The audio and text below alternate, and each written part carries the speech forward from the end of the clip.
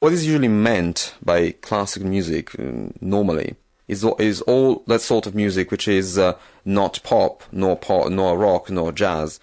Basically, all educated, all what is sort of educated elite music. But in reality, classical music,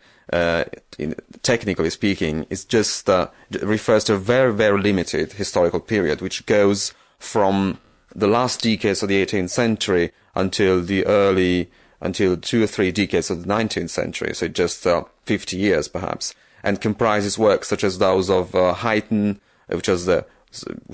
held to be the beginner of classical music. At Mozart first of all is the bulk. Mozart's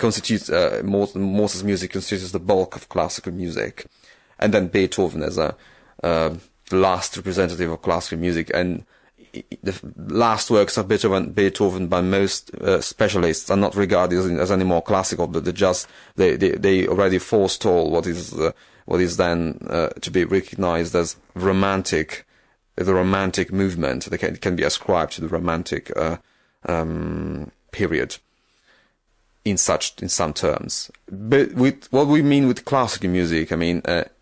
more technically speaking, is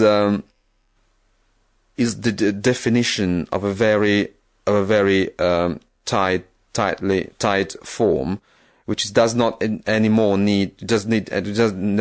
any more a connection to a text to be meaningful,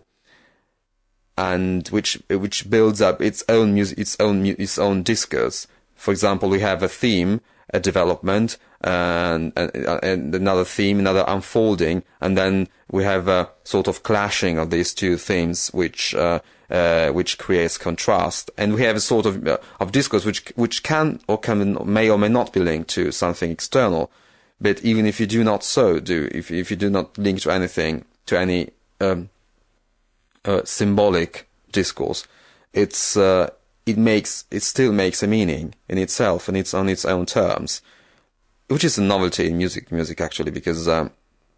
if instrumental music started from the beginning, a strong production of instrumental music started during the end of the 17th century, not before the end of the 18th century. Instrumental music was able to prevail against opera, which was mainstream musical practice, because it was the meaningful one, because it dealt with stories, with plots, which were able to entice, to interest people. And even if in the end they listened to the singers, to the unfolding of their voices, to their virtuosity, this was done with the aid of words. If it had done been without words, perhaps it wouldn't have done any sense of it. But whereas listeners were more prepared, even surprisingly, to acquire the meaning of classical music, philosophers and I would say for the first musicologists were not so favorable to it, because they said that since music did not contain any reference to words, to the logos, they thought it was meaningless, and it was just a sort of pleasantry, but it didn't convey anything meaningful. And so the mainstream philosophical world of the age, which was basically linked with French culture, almost unanimously rejected pure instrumental music, and even a strong such an important writer as Goethe, who is not French, he's German, but he was a very strong representative of classical culture, if not musical. Didn't really so favorably react towards classical music, and he was still linked to music with words, because for him it was the meaningful one. And the end of classical music was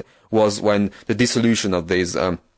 tight and self-contained structure began to dissolve, and when especially when this tonal cohesiveness, cohesion was destroyed by other meanings which Romantic philosophy brought in, and which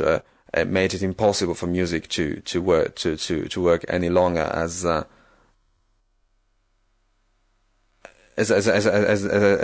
having an independent meaning and a discourse on its own.